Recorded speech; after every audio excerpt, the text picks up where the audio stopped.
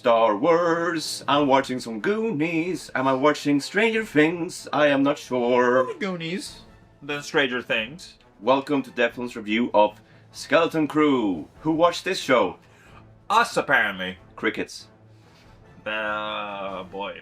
Less people than The Acolyte, apparently. So that's surprising and also makes sense. What is going on with Star Wars? I guess that's a discussion that'll either happen at the end of this video or in its own video entirely, depending on the topic. But to stay on track, Skeleton Crew, the 8 episodes series by, well, do we have a lead maker? Because I know a bunch of episodes are usually directed by different artists. It's so by John Watts, the director Yes. of the Spider-Man Homecoming trilogy, a man who's also made a TV show called The Old Man with Jeff Bridges.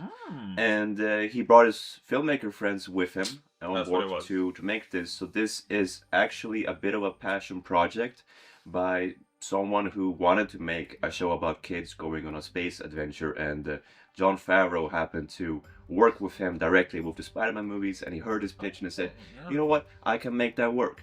So it's a bit of a different situation where this show did not come from the executive people wanting to make a show for profit's sake. It was made from a place of wanting to make I something. think that's the way to put it. Like you love for this story. Yeah. And you can tell. You can tell. You can. This Yes. this feels like it is the epitome of like someone wanted to tell this like little adventure, and it feels just the best way I can put it is deliberate. It's there to be what it is, and that's the best thing. Yeah, it's true. It's not there to sell me on anything. It's not there to infuse me with nostalgia. It's not there to try to force me into liking. This show does work outside of it being in the Star Wars universe. You could see it as its own standalone kind of story thing, and you don't have to know necessarily about the Star Wars universe to enjoy it. I'd argue the same thing about Andor, actually. But the other shows, like Ahsoka, Boba Fett, Obi-Wan, you do need to have prior knowledge about Star Wars to be able to, I think, enjoy them. This one, you can actually bring in someone that doesn't know Star Wars, and it could be a gateway to them.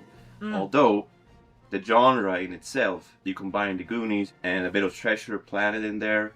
This is a game called The Monkey Island. I haven't played those, but I did hear some people saying that they got some feelings of those games in here too. Premise: 4 children accidentally get themselves stuck in a spaceship and hyperspace into the unknown galaxy whilst trying to find their way home, with the slight problem of their home seems to be unknown to most people. Yes. How do we get home? Did you like it? I liked it. You liked it? I liked it. I Yeah. liked it. I liked it. I liked it. I did like it too. I was surprised by this show. Initially, I was not a fan of the Suburbia planet. I just felt it was out of place. No. It did not feel like Star Wars. It felt too much like our world, and Even by the end of it, it still felt that way to me. And like maybe if more of an answer was given to the whole we could go into some spoilers soon. some things, Yeah. but it doesn't ruin anything. It just feels just very bizarre to have Suburbia planet. It just looks odd. Yeah, I mean, the kids are a little bit stereotypical too. The geeky kids who are the guy who is inspired, who I want to be a Jedi, I want to be something good when I grow up. And then in school they say, no, you gotta be an accountant, you gotta be something boring. And his dad is the epitome of the example of the most typical parent in a kid's movie. I gotta go to work. Like, it was so funny. In the first episode, I'm pretty sure he tells his son, Grow like, up. he has to go work, like, 3 times or something. His son's like, hey, can you read me a bedtime story? I was like, aren't you a little over this? I gotta get to work. It's like, it's midnight. And I told Paula, he's not going to work. He's going to see some concubine at this time of night. Yes. And when the What's kids... a concubine? I'll tell you when you're older, son. Your mother, no. When the kids are getting stuck on the spaceship and leaving, you know, again, premise of the show. Sorry to spoil it. Like the dad's there, like, oh God, Will, and I'm like, Polly, the one edit I would do to this whole thing is when you don't see his mouth, right? So it's a back shot of him like looking at the spaceship. Just cut it earlier. I gotta get to work. Like it's like it would be perfect. It would fit in. You wouldn't even question it. It was so hilariously a shitty dad. It was funny. It was just to that point where it just becomes so funny that like you cannot be this much of an absentee, don't give a shit father. Yeah. But it was perfect to And that then degree. Like it was so ridiculous. It got good. Exactly. And it was equally like the oblivious mom for the rebellious kid. Yeah, you're perfect. You're the good. But there it was a little better because like at least there it was just kind of like we didn't spend as much time with Will. We spent a little more time with the family dynamic. I think the one kid that took the most time for us to understand, I forget her name. KB, yes. With the LeVar Burton. Lobo, yeah. It took a bit time for her to kind of shine. And you don't get it until episode 6 and you can understand her.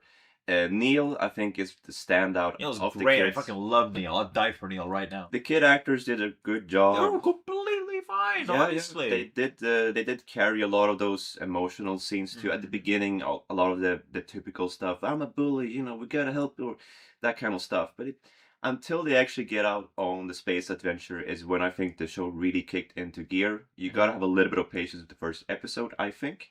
And then once they get into the space pirate port, that's when, to me, it started getting really fun. If the first episode is the setup for the show, and if the premise is still interesting enough to you, I'd say keep going. If after the first episode, like the basic idea of like kids in space on this like who knows what they'll end up is like not at all your thing, then I get it. Second, you leave suburbia world, you're just in Star Wars like seedy underworld and all that stuff that you want to see, and it's great. Yeah, that's when it gets good. Puppets, costumes, all of that. I loved it. Finally, loved all the creatures and all the pirates and all the those kind of characters. Really, really good. That was amazing, and that's the kind of stuff that the kids do love. And we, when we were watching Star Wars as young people, we wanted to rewind the Jabba Palace scenes, and you get all that stuff. Yeah, Wolfman gets to Brutus gets to be a character. The Wolfman gets to be a character. I can't believe that, right? I want it to be the same one. The opening scene is basically an homage to Treasure Planet combined with A New Hope. Yeah. Jude Law kind of enters the scene as Darth Vader, but as he's basically your John Long Silver in this series. He's Captain Silvo. He is Crimson Jack. He is Jod Nanawood. Who is he? Man who knows the Force, but he's also a pirate. And can he be trusted or not? Is he a Jedi? I mean, he's a fantastic character, I think, because of this. In that zone of where does he go? Does he care about the kids or not? Is he selfish? He definitely is. Oh, yeah. And the combination of him with the robot voiced by Nick Frost, I thought was excellent, because the robot was basically like an old undead skeleton pirate who was navigating the ship. And I thought that was really good. Yeah, basically. I can't say I remember no Star Wars. You better be careful, because I'm going to repeat myself. Repeat. And they spend a lot of time with the first episode just establishing the routine and all the kids' motives are. So it does the TV show thing where you want to be able to get invested in everything. And then the adventure starts and things do move at a quicker pace. But there are a couple of episodes where I felt the pace dropped down a bit and we meander slightly. And I think that's episode 4 and 6. Nothing against it. But I think once things were really moving along, like in episode 5 or episode 7, those were high points for me, when they do the treasure hunting and they do kind of heisty stuff and they have to adapt to the different environments and worlds. So you find out about the mystery of who the old pirate was and what their home world is. That stuff really intrigued me. And I wanted to have more answers to these kinds of mystery questions. And the way the first episode spent so much time on their home world, I was led to believe that the last episode we're gonna get a lot of payoffs to a lot of different things. And unfortunately, to me, it didn't quite stick the landing on just that part in the last episode. But there's a lot of good, a lot of high points, some typical TV show points, like episode 6, you get stranded, which means you get to spend more development time with the kids. But there's such an interesting moment with the pirates and with Jude Law that makes me go, don't cut away from that. Don't cut away from that. It's so good. His speech, and I feel so intrigued by the way he lures his old crew, and the way he's such a swindler and he manipulates them, and he has to get out of these situations where they're almost killing him, and it's so good. And I wanted more of that. Same thing. Jude Law's character was like definitely a standout. He was allowed to be written and acted as friendly, selfish, a charlatan, and threatening if he had to be, and I was glad they let it be so. Like, threatening people you shouldn't maybe normally threaten the way you're threatening them, and I like they let him do it, or that they did do it, and it's a good thing. Yeah, and ultimately there was an explanation to why that planet was strange to us. Yeah, in canon, in the mythology. It's still not. I still have a lot of questions about it. That's the There's thing. so many questions about it still very looming. That's the one thing that I'll just whatever, the novel or Wikipedia will update at some point, but it is definitely that's the downside, that there's a lot of questions that do get unanswered, like I said. About the world specifically, yes. That's about it for me. Me too. The viewer numbers are so low and so few people are watching this show. It does feel like, oh, are we really gonna get a season 2? Are we really gonna get more out of these characters? I know the team would like to. Yes. I'm not completely sure where they'd go with it. I am curious, but I'm also a little like, well, we solved the mystery. Like, what else is there now? You'd have to have another mystery there's now. Stuff left open. You feel so? There's a bunch. We'll get into it in spoilers. Okay. It is the fun type of Star Wars done good. It's not the fun type of Star Wars that's dumb or stupid. Doesn't make sense. No. Not that kind of Star Wars. I understand that more people want more serious Star Wars. I do too. But it is one of those examples where it's fun, good Star Wars. Yeah. And it does come out at a bad time after so many shows and movies have not flopped, delivered. Yeah. And it's been consistent. And I get that people have just gotten tired and don't trust Kathleen Kennedy and Lucasfilm anymore the same way we did before. Star Wars has lost its place in the elite, in the royalty of pop culture. Oh yeah. And it's very sad to see that so few people are not even giving this a chance. Yeah. If this would have been Star Wars in its heyday, if the sequel trilogy was a success and all these shows had delivered, even if it was one or two movies that didn't quite do it, we would have been at a place where Skeleton Crew was given a chance by not just the fans, but also the general audience. Yeah, I think that's correct. And it's sad, and I would actually recommend the show and watch it with no big expectations, but give it a chance, please. Yeah. And if you can't make it through episode 3, alright, it's not your show. But just get through the first episode and see if you have fun afterwards. Because, yeah. I remember what episode 3 was. Episode 5 and 7 were really excellent all the way through. I enjoyed the finale too, to be honest. And 6. Yeah, I mean, I enjoyed a lot of the finale, but I'll go over my points in just a second. I would also recommend it, genuinely. Put it on the background if you feel like you can't fully focus on it, and hopefully it will catch your eye. And if it does, awesome. If it doesn't, well, then there you go. And I can't be mad at a show that, like, promised to give me one thing and then gave me that acolyte. You promised one thing and you kind of gave another, and that's a shame because the thing you promised was what we wanted to see. And apparently so did the creator, but wasn't allowed. That's a lot of who's to say. But that's all I'm trying to say. Star Wars has the space to give you any type of story or genre. The only thing is just be honest about what you're about to give me, so I know if it's for me or the audience. That's all it has to be. And this show did give that. If you looked at it and said, oh, this could be a fun, like, adventure to space, then yes, it does give that. It gives a fun, heartwarming space adventure with these kids, with the facial of a Spielberg movie all over it. That's definitely what's happening. It's the truth. I mean, it was also pushed a whole year. Supposed to come out in December 23rd, 2023. Well, those kids are going to be growing up by the time you film a second season. I'll tell you what. Yeah. Should you watch it? Yes. Yes. And now, stick around for spoilers. Okay, so, I can't remember At-Aten. I do remember At-Aten. It was a planet from the old Republic that made coins, that made money, that made credits. And that's the treasure. That's the treasure planet. Yeah. And that's what the pirates get so, allured by. This planet that's a myth, that was a part of the old Republic. Like, these few planets were a part of this system, but they were forgotten after Order 66, after the Empire started. So these people on these planets, or some of the planets... It feels even older than that, because that was the High Republic. So this was the Old Republic. So it's even older. Yeah. It's the first Old Republic. Oh God! Reference we've gotten. Don't worry, the house is falling apart. You'll see a video about it later. Which is interesting. The first Old Republic reference proper in the new canon. Yeah, proper Old Republic. And this is just a mint factory that was making Old Republic monies, and it's still like the best of the best, high quality monies. Pure whatever the fuck they make credits out of in Star Wars. I guess I've never looked it up. Yeah. And they just have like billions upon billions upon billions of credits in whatever it is at 1,739 volts. And so all the adults are basically working for the great work, they Yes, say. which is very bizarre. We don't know what that is. The whole city's controlled by a robot, as like they're very Fallout. Voiced by Stephen Fry. Oh, I didn't know that. That's cool. Yeah. Very Fallout vibes to it, and there was a few like weird inconsistencies there because like the robot says the last message we ever got from the Republic was that the Jedis were traitors. Yeah. Which means, okay, so then Order 66 reached here. That's what I mean, yeah.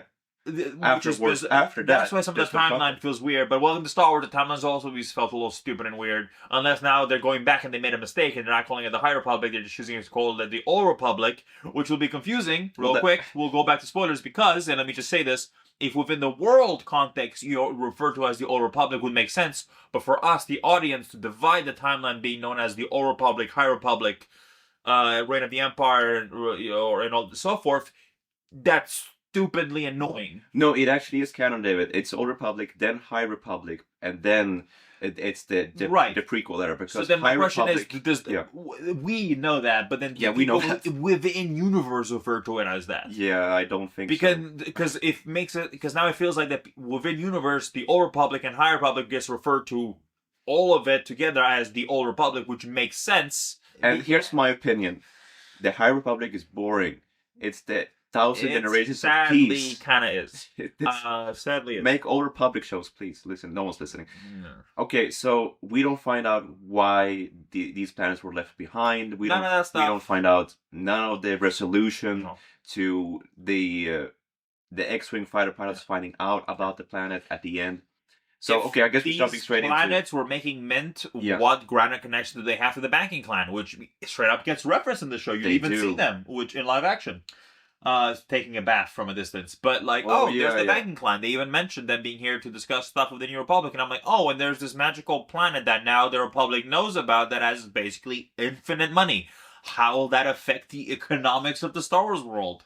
It is a moment. When you got to episode 3, I'm curious, because the twist is revealed that the kids realize they're from the treasure planet, and but they have no idea what that means because they've just lived in this suburban community and go, what are you talking about? And that makes us go, I guess that explains the suburbia planet being weird for us because it's such an old planet that's more aligned with how we live on Earth. Weird. It's a stretch. Feeling. It's still a very big stretch. It's a stretch, but I was trying to use that as I'm making sense of this in my mind so I can accept it more.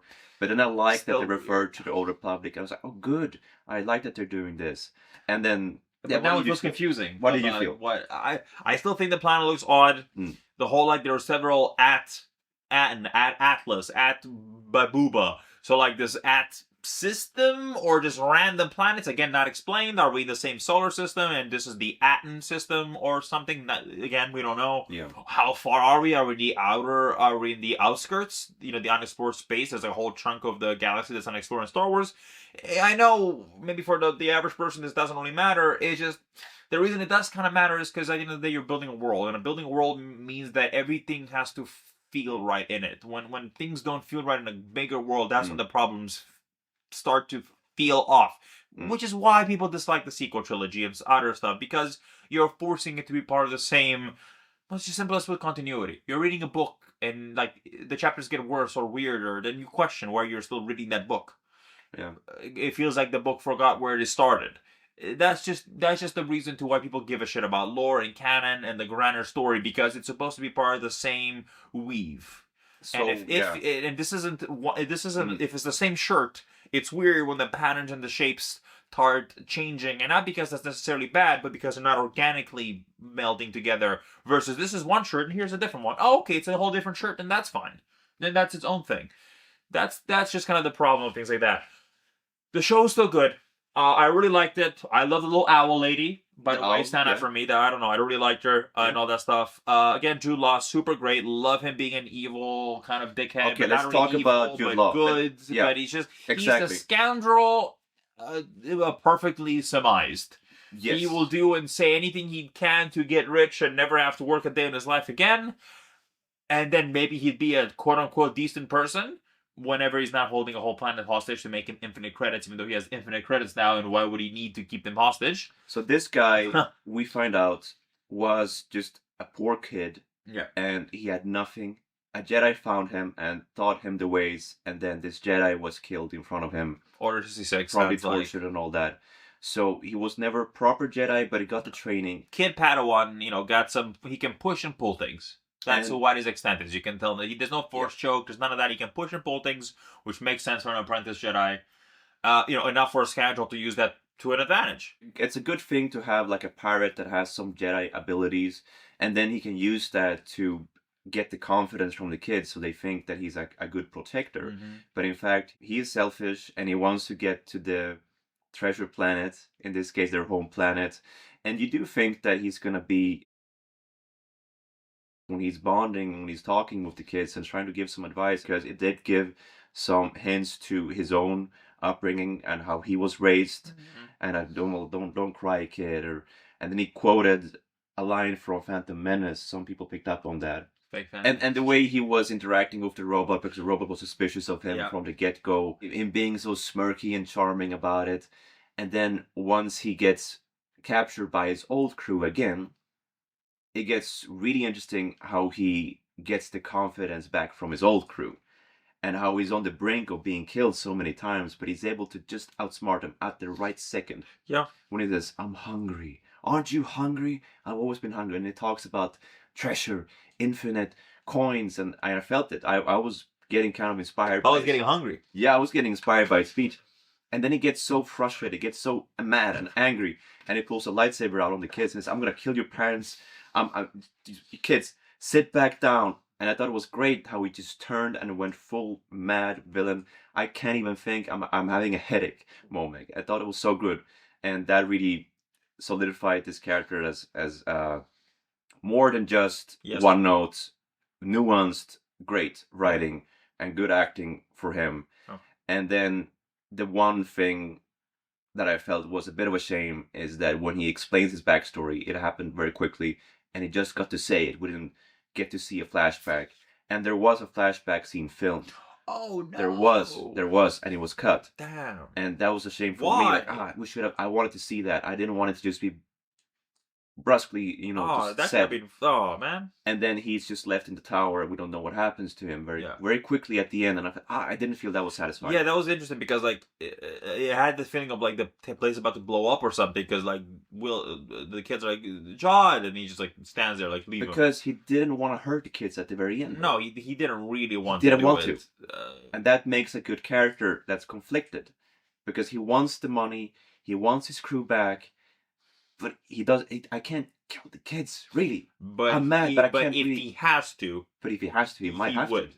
That And you was felt the that. feeling. Like if there was no other option, it was just right now. Just kill this one kid to have riches and like life of comfort forever. He'd kill the kid. And there's that fantastic scene where they go down to the coin making room. When he starts laughing. Yeah, and he's like holding the Yeah. kids hostage, and the robots are believing him, like, oh, he's some kind of chancellor man. A Jedi emissary from the Republic. He's All holding the makes sense. lightsaber. It all makes sense. He's fooling them all, and then he walks into his room, and like the coins and like the eyes laughing, and it was a great scene. I was like, I wanted the finale to take place more there. I wanted the set piece and like the chase or like the action happening in the coin making room instead of just the tower. Like imagine him running around there with the lightsaber, like coins are falling down, and the kids are trying to like use some remotes or something to stop him. Like that would have been great. Such a missed opportunity not having the finale set piece happening there Mm-hmm. with the coins falling down. And he's like, maybe I'm thinking about Treasure Planet again, but like imagine if there's some bomb that goes off and all the coins start falling down or something. He goes, no, my coins, no. And he has to make a choice about saving himself or saving the money or something like that. Sure. I'm just thinking I how get you. I would write it, I get you. because the potential and the concepts were presented to me, and it kind of took the safer option of we're just gonna be in the tower. It was still a good tense confrontation moment of, is he gonna hurt any kid? Is he gonna hurt any parent? And all that, and the dad actually saying, "Oh, now I can get to use my skills and all that." Mm-hmm. It happened a little too quick. Hmm. I was like, I wanted them to stay there, because that scene with him in the coin room was like, wow, that impressed me, and Yeah, so that's what I felt. So I like the imagery they did in that shot where like you have the crashed ship and then all the money falls out and then KB falls on the pile. That I really like the oh all that money but kids dead, like it's like that kind of thing. that was good too. I really like that imagery. I thought that was like nice. Like, oh, here's all the money then. Like, it's like, oh, is all that money worth it? Like, Yeah. I thought that was good. Personally, I really liked it. You'd like the robot too because Of he goes course. around like it's like Kind of like a maybe evil ghost robot, but he's cool, but he likes the kids and stuff. And there are moments where like the humor really worked, where it's like, hey robot, what? Like, just these simple lines like that, where it's like, okay, that kind of it breaks the tension in a good way. Where I didn't feel like the humor was taken away from the seriousness of a moment. Where like I was, here's how it works, everything, got it? Like, no, I didn't get it. That was good. Yeah. It's an easy day watch. Like, easy. This is an easy casual, oh, I'm going to do a movie night. Oh, well, it's going to be a little longer than a movie night. Like, slightly, because the episodes aren't fully, like, they're like maybe half an hour an episode. So, like, 1, 2, 3, 4, 5, 6. Like, yeah, sure, you're doing you're basically doing, like, a 3-hour movie. But, like, ish, maybe a little more. But, like, again, maybe a day watch. I'm also cinephile, so it makes sense. But, it's a weekend. You easily watch this in a weekend. Honestly, if you just focus on on it, like, oh, you watch 2 episodes at lunch, 2 episodes in the evening, 2 more the next day, and Makes so forth. sense. Easy. 1, 2, 3, 4, 5, 6, 7, 8, done. There you go. Like, easy. It had the right amount of episodes. It didn't overstay its welcome. It didn't. If anything, I would have taken one more episode of just the parents. No, sure, and Honestly. just one more episode for cleanup, just for what happened after this. I think that was intentional. The abrupt right? ending was so abrupt. I think it was very intentional. It felt like that thing of like, look, it felt that feeling. I remember thinking like, are we gonna get a 5 weeks later or something? Like I had that feeling in me, and then it didn't happen. We just cut the credit and went, okay. Technically, yes, the adventure is done. The planet is now open. The world will know of it. The kids can leave if they want to leave and have a different life opportunities elsewhere. Or as rich as they probably want to be, I guess. Go and get your opportunity. They can get to join the X-Wings, maybe. Gonna get that feeling of like, oh, guess what, I can do as a hero. Like, I don't have to be a Jedi, because clearly his information of what the Jedi were wrong, because he has information of the Old Republic version of what a Jedi is, not current times of them being bad and other stuff, and neither do the parents. Because they didn't know either. This is still the Mando timeline. Yes, but these people still think that things are going on High Republic style. Like, they didn't know Alderaan got blown up. That, the world went through many wars. Like, they were like, what? Which, again, a lot of questions there. Who really knows about Aden? The Emperor must have known. Does that mean that he sent emissaries during that time to get for the Empire's, money? Is this the money he used to build his infinite army in the back of space? Back, in episode 9? I know we don't talk about it, but it's still worth questioning, because what was the ground of purpose of Aten and the other Aten planets?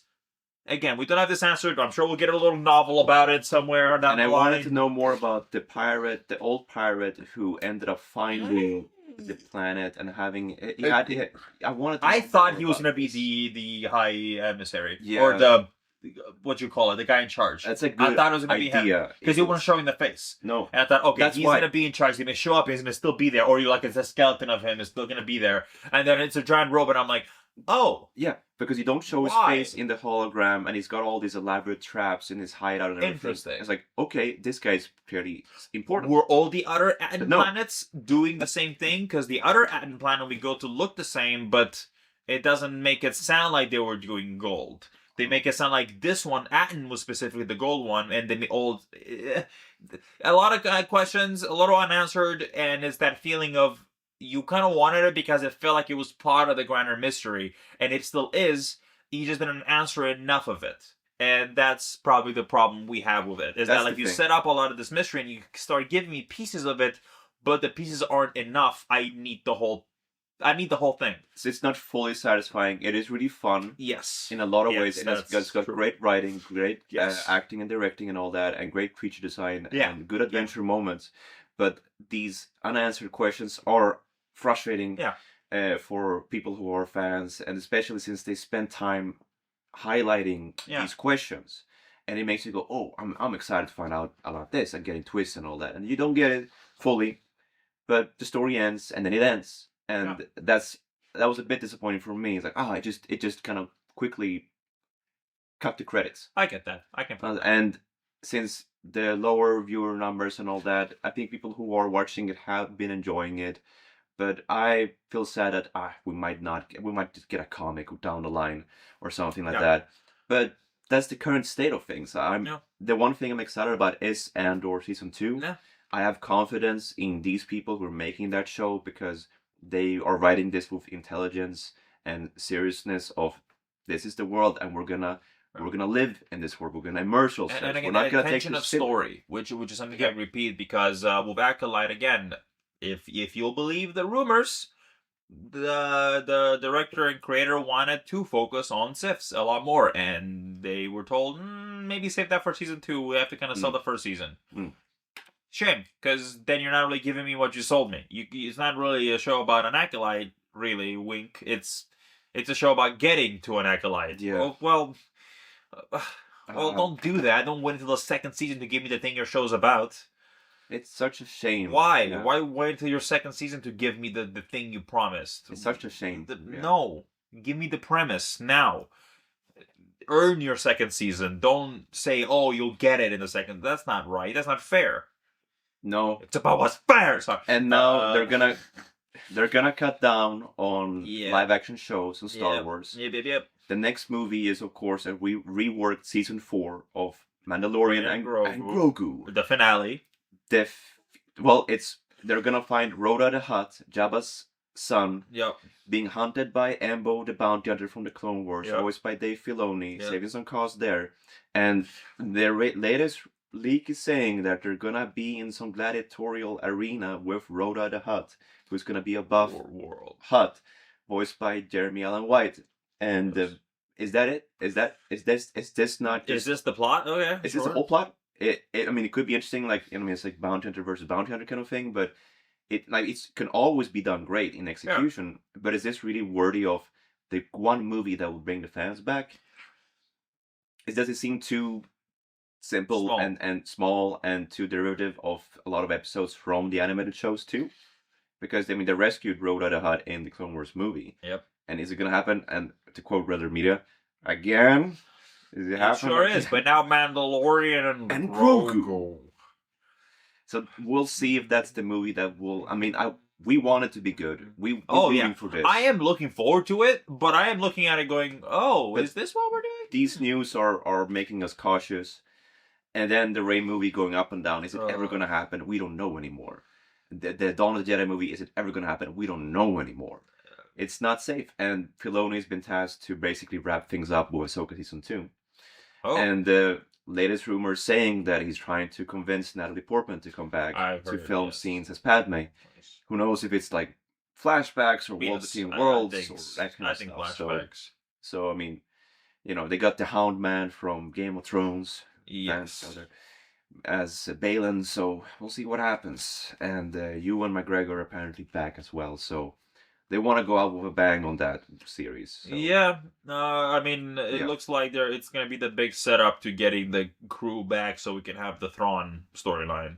Because it sounds like we want them to be there, which I agree. Like, I do want Ahsoka and Issa being there for the Thrawn story. If these things are not successes, or like at least breaking even in the sense of numbers, or if the critics like it and like the fans are okay with it, you're gonna get the. I feel like Ahsoka's gonna get more numbers than some of these other ones. Thrawn movie. Yeah, where you might get it, but it hinges on the success of this new stuff being good. If not, it's just gonna be some kind of limited or TV movie kind of thing on Disney Plus that just wraps everything up, and then it's gonna be slower for Star Wars content or Star Wars movies, TV shows, games, and all that. It's gonna be slower for us fans for a long time. It's already been a little slow in a lot of aspects for people. Diminishing returns means that less stuff then.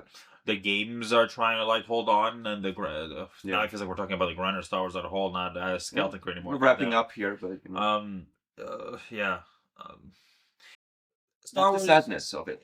Star Wars has all of the opportunity to get back on the saddle with the right moves. But it should be careful because it is playing with quicksand right now. Oh, yes. that it'll have the dedicated fan base here and there. It'll always happen. But will it lose plenty? Yes. Thank you so much for watching. There's a lot of thoughts still left to do, and we probably might do another video later on discussing overall Star Wars and other Star Wars projects. Thank you for sticking around. We still recommend that you do watch Skeleton Crew if you find it in you. The genre might not be for you, in which case that makes sense. But if you still care about Star Wars and you're still around here for some reason, I think you'll still find just an adventure that's fun. And that's all the show wanted to be, and it succeeds in that. This happened to be one of the better ones. It just happened to actually fulfill the promise it tried to make. And that's not nothing. We'll see you for the next Star Wars thing. I'm sure there's more stuff to talk about. Thank you for watching. We'll be here. We'll be here in the decrepit house. Empty space above David says subscribe. It does say subscribe. Ring the bell. Like. Watch some stuff. We have short films. Go watch some effigy. Watch some stuff. You know, we do other things here outside of just complain about a franchise from the 70s. Bye. It is from the 70s, isn't it? Yeah. Not 60s. Thumbnail post, David. Thumbnail pose. Fuck. What do I do for a thumbnail pose? I don't. What's a pirate? I don't know how to look like a pirate. Or like this.